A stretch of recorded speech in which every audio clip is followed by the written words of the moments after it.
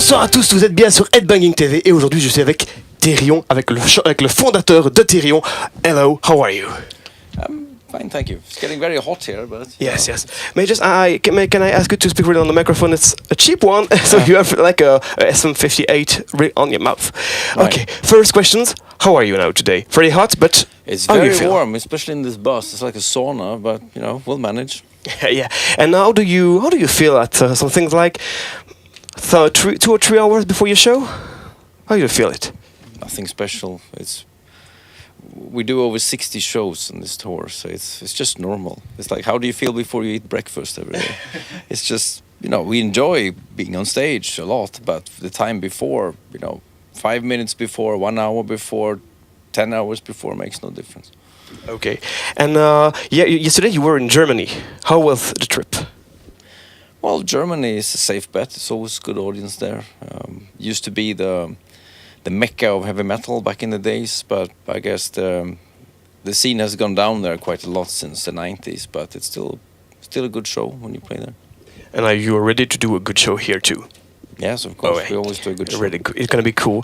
First question. You released in 2020 Les Fleurs du Mal, an album exclusively in French. Is it special for you to play in French-speaking regions like here in Durbuy or in France? No. Why to choose to do an album like this in French? It was 2012 it was released. Well, I wanted to make a cover album when we celebrated our 25-year anniversary. And I prefer to do a lot of odd songs that people are not so familiar with and turn them into Therion songs. And I realized more than 1/3 of the songs that I wanted to do were old Yeye songs. So then I had the idea, well, why not go all the way and just do all of it? You know, Therion was always about, not always intentionally shocking, but we always did things that shocked people back then. Most things that we do are considered normal now, but you know, like when we started to use keyboards in '92, it was like, what? A death metal band using keyboards? Only posers use keyboards.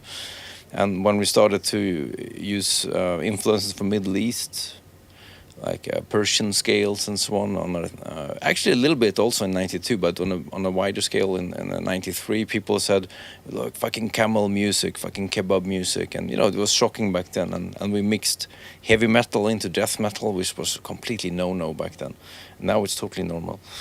And then we started to use opera vocals, which was considered very weird also and backwards, and then that became our breakthrough actually to do that. So we always, you know, did odd things, and I thought to sum up, you know, when you have a 25-year anniversary, to do something that will really take people by surprise, and something that I would like to do because I like those type of old songs.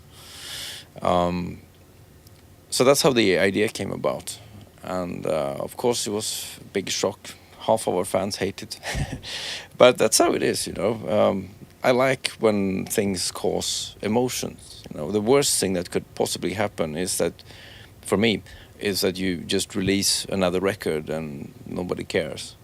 I'd rather have people being very upset about it than nobody noticing it. It's better to take a risk to show yourself than to be some things like normal and no one cares. Yeah, I don't like provoking for the sake of provoking. I need to do something that I honestly like. But I do enjoy doing something that I really like, that causes emotions. And when people don't react, you don't exist, basically. Then you just become a boring nostalgia band that was around for 30 years plus. And I'd like to be an artist that still can challenge people. And every time we release something, it causes emotions. People said we went in the wrong direction, or it's terrible, or it's fantastic, or, you know, it's usually a lot of emotions involved. It's not just another record. At least so far, we never made just another record. And is this objective to be always new and to meet people in a new way? Is this the objective of Beloved Antichrist, your new album here? What is the concept behind this album? First of all, it's not an album. It's a musical, and just like Jesus Christ Superstar, Phantom of the Opera, and Cats, you can buy that musical also in an audio version on CD. But nobody would say Jesus Christ Superstar is an album. It's a musical, a theatric play. So the album release is a byproduct. The main product is the theatrical stage performance. But because of financial reasons, we had to release the album version first, and that's why people think it's an album. Okay. So the main thing with this, the main product, is still to come. If we're very lucky, by the end of the year, otherwise sometime next year. So it's a big musical, metal rock musical with operatic vocals, with 29 different roles, but it will be done by 15 different singers who are actors as well. Big sceneries, and it's actually aimed for mainstream audience, because the production is so big that we don't have enough fans to make it work, because we would need to run it, say, 1 week each city. So if our fans sell out the first show, that's good.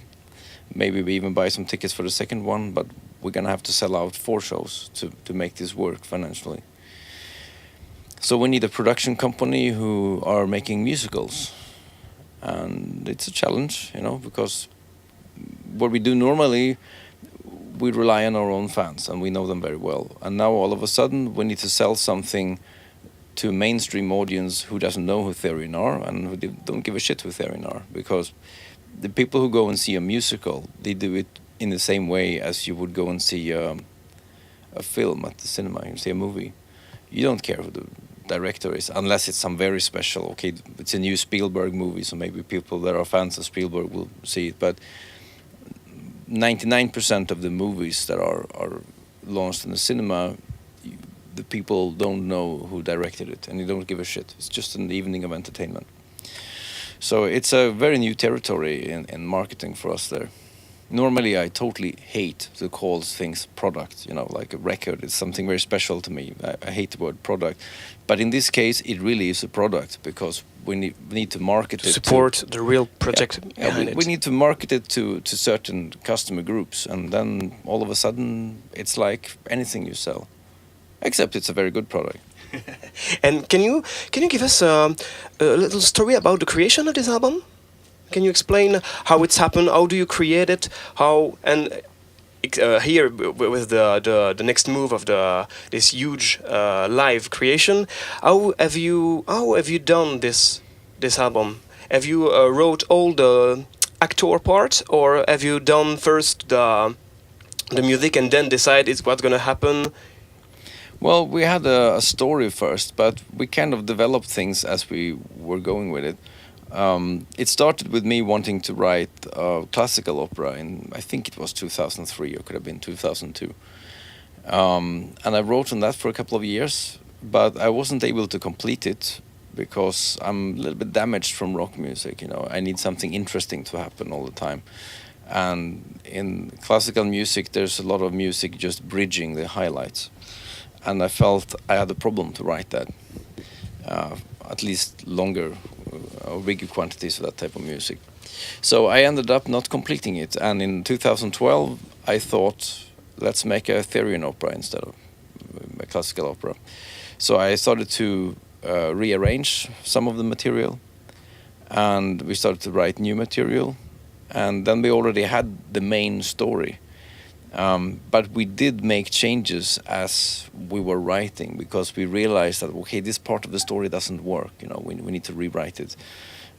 Or in some cases, we had some ideas that were maybe good for a movie, but it wouldn't work on stage as theater. So we realized that this is good for the story, but it's not going to work on stage, so we have to remove it. Which is very unfortunate, because if we would have made a movie, we could have made anything, and now you have the physical limitations of the stage. The live performances. Yeah, and then there were also details, like when we wrote the music to a certain part, and then sometimes we adjusted the lyrics, and we adjusted what was happening there, because the music maybe invoked certain emotions. So we thought, okay, maybe we can make it even more sad, this one, or something. But in general, we had a story to begin with, which was from the beginning more or less based on a short tale of Antichrist from Vladimir Soloviev. But we rather soon realized that the beginning wouldn't work at all on stage. That would work for a movie, but not for a theater. And I also realized I don't like the end, and there were no female characters in it, so that would be musically very boring, and also for the dynamics of the story, it was boring.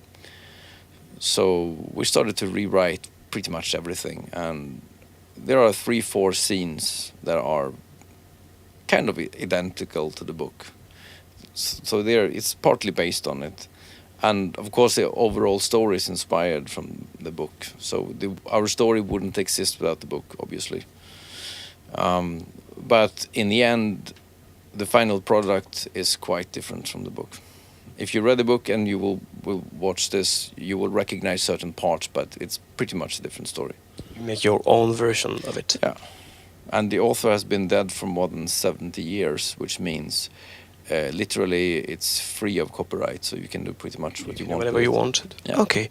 Here we're gonna finish the interview. Really, thank you for all the answers. But I want to ask you if you have a last word to say to a person that are gonna look at the video, and what do you want to say to all the 1,000 person gonna see the video? Something about what you're gonna do in your futures, or what you wanna say? Stay tuned, because there will be interesting things coming next. But after the rock opera that we've done now, or the rock musical, we have really no idea what we will be doing. That's what I love with Therion. I don't know what's coming on the other side of the hill. It's always a surprise to me too. If somebody would have said, say, 1 year before I decided to do the rock musical, like, why don't you do that? I would have been like, no, why? I don't like that idea. And then all of a sudden, it just feels right by some reason. So stay tuned. We've been around for 31 years. That's half the way. And there will be another interesting 31 years. Big things to come. Yeah. Interesting things to come. Really, thank you really for your time. And I hope the show will be really cool today for you and for the public, for the audience. Excellent, I'm sure. Thank you.